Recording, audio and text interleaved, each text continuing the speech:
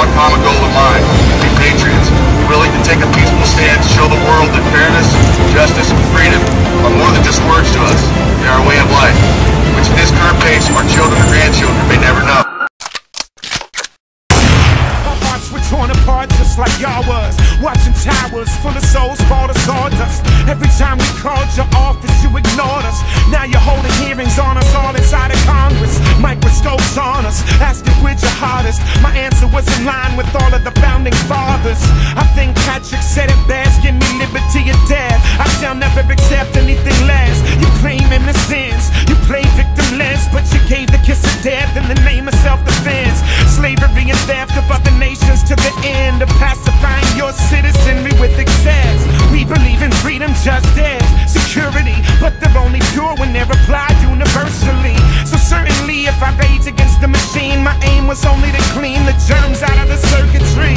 Urgently putting fear inside your heart, make you burn Qurans and tell me not to build a mosque. Me, my wife and babies, we ain't never made you hard. We just wanna touch our head to the floor and talk to God. Ask him to remove every blemish from our heart. The greatest threat of harm doesn't come from any bomb. The moment you refuse the human rights for just a few, what happens when that few includes you? Civil For you folks, Permanent Patriot, back on the Mars topic. Now, I told you folks that we went to Mars in 1962.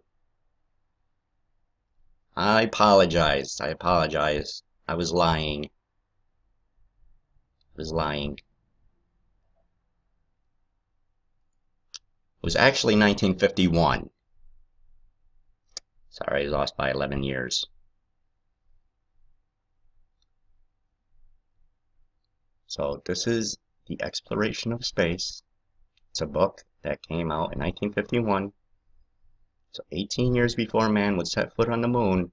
The image depicts a Martian colony of the future, similar to those which would show up later in the 1957 Disneyland TV episode Mars and Beyond. That's exactly how they have their cities. They are in biospheres.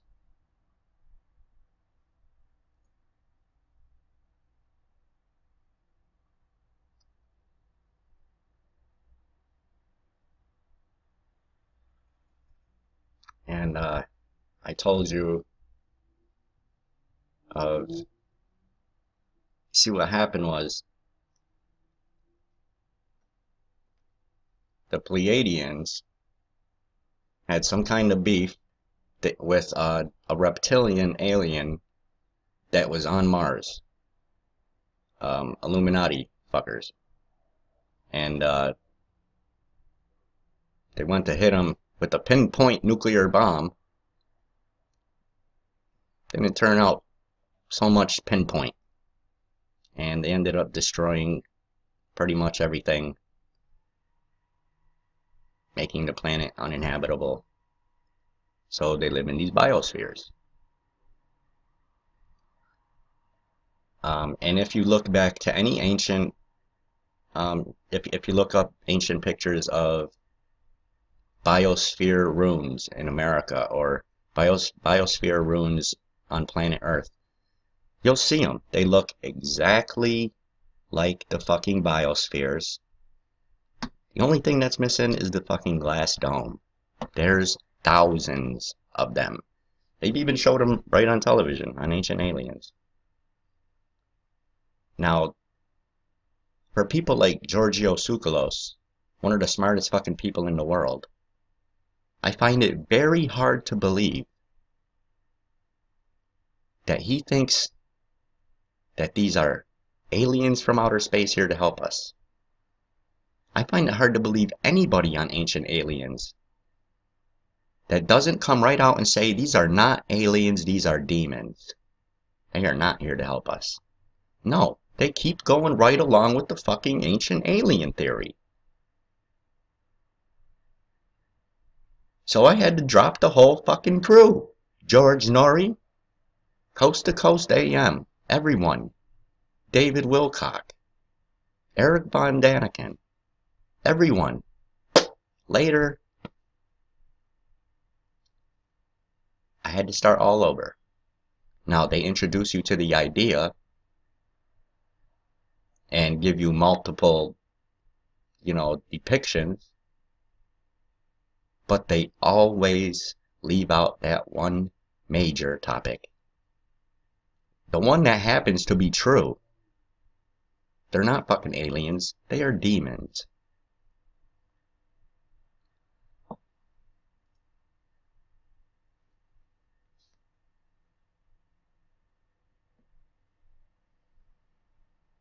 The Rockefellers have poured trillions of dollars into this. They own this. Mars Defense Force, Mars Colony Corporation, owned by the Rockefellers. I highly doubt they would put trillions of dollars into projects that aren't even on the books. These are what you would call black projects. I told you about the space soldiers. I went through the interview with the space soldier. Donald Rumsfeld, Ronald Reagan. I mean, everyone knows about this, except you.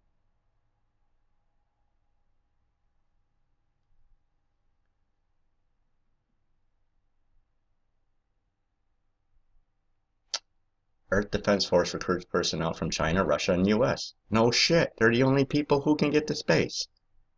You gotta ask yourself, though, what about England? What about Canada? Very much capable, not even trying to get to space. Ask yourself why. He claims he was recruited from a covert branch of the U.S. Marine Corps called Special Section. That's cosmic top secret. Super soldiers.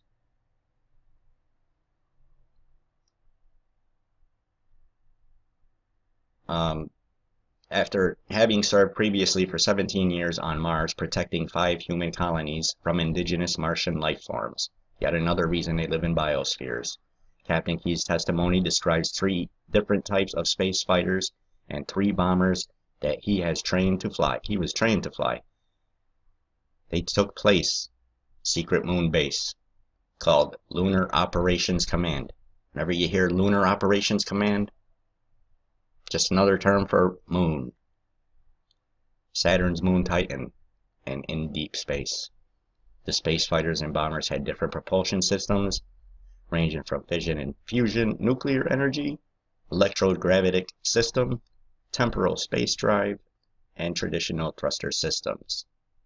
Speaking of thruster systems, that is what you will find on your NASA space shuttle. Space shuttle. Space jet. Because that's what it fucking is. If you wonder why they never let people near the end of the runway when the shuttle is coming into land, it's so you don't hear the jet engine. And I think I would know what a jet engine looks like. I've seen millions of them. Well, I don't know about millions, but I've seen thousands of them.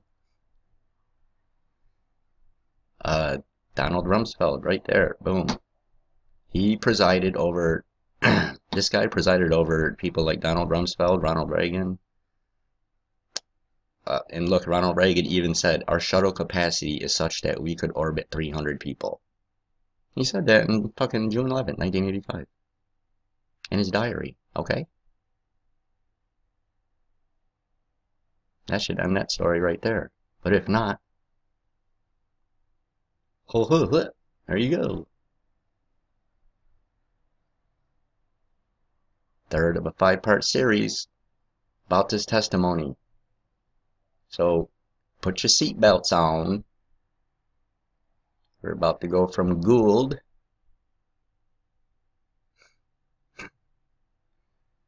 I always get these two confused because there's Gould and Good. Corey Good. And I think there's a guy named Corey Gould. Gould. Both Cosmic Top Secret, but both very different missions. Some more stuff down there. And you want to see a real space shuttle.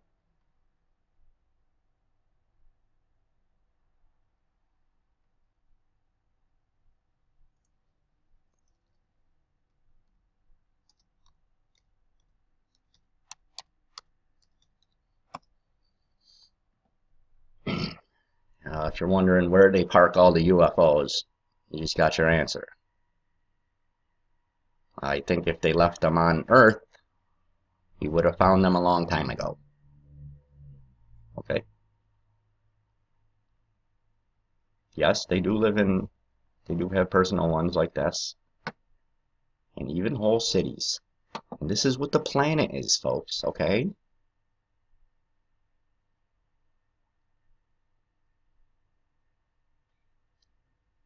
This here is a real space shuttle. Not that fucking crap NASA has. It's a fucking jet. That's all it is. With extra parts. Lots of extra parts. They don't go to the moon. They don't go anywhere. They go in a little circle and park somewhere else. Okay?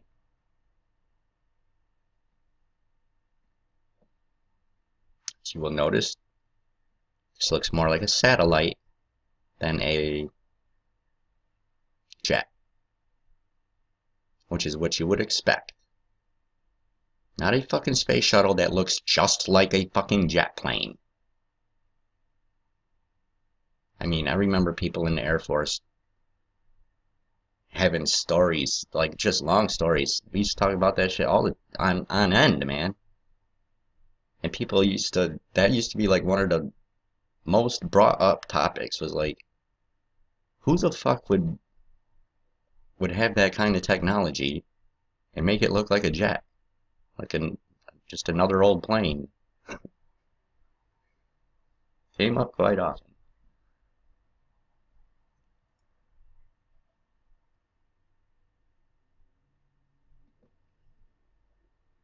And these aren't even used. These are just emergency. Thing is done by the pilot.